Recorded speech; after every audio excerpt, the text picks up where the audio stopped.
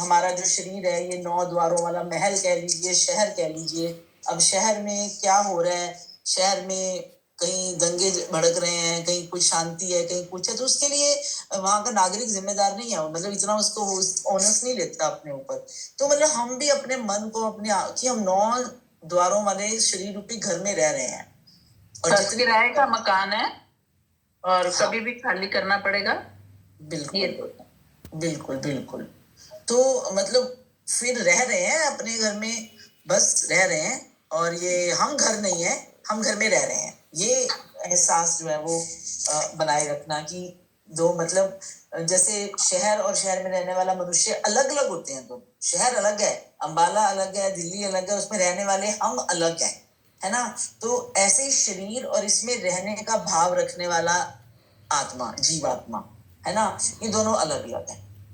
तो जैसे शहर में कुछ भी घटनाएं घट रही हो तो हम उसको अपनी मतलब उसको अपनी क्रियाएं नहीं मानता उसमें रहने वाला। ऐसे ही शरीर में जो कुछ हो रहा है वो इंद्रियों में बरत रही हैं, इसलिए हो रहा है। अगर इस चीज को समझते हुए, इस चीज में अपने आप को स्थापित करते हुए हम इस शरीर में रहते हैं, तो मतलब वो ऐसा ही है।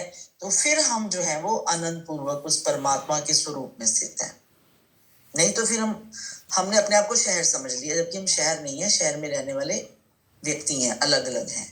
ऐसा मुझे 13 श्लोक में मुझे तो इतना ही समझ में आया। ये दोनों मतलब एक नहीं है, अलग हैं दोनों। और मतलब जो शरीर है वो प्रकृति के अधीन होने के करके जितनी भी क्रियाएं हो रही हैं वो प्राकृतिक क्रियाएं हैं। और मैं जो हूँ, मैं उसका कर्ता नहीं हूँ, हो रही हैं, इंस्ट्रूमेंट्स हैं, ये सब भगवान की फैसिलिटी है, अलग अलग डिपार्टमेंट्स हैं उसके, मैं उसको देख रहा हूँ, मैं उसमें रह रहा हूँ।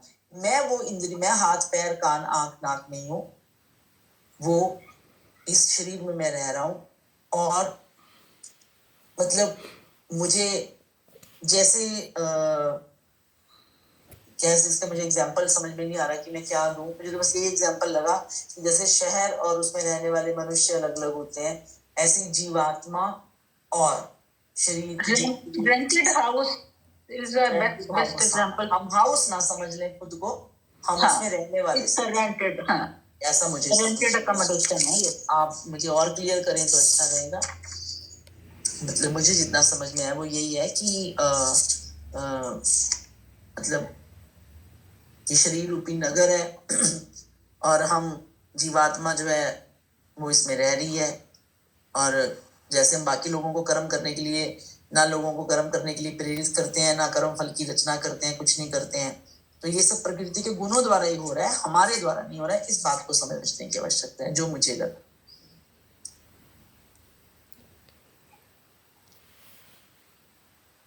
नेक्स्ट कौन सा है इसके बाद?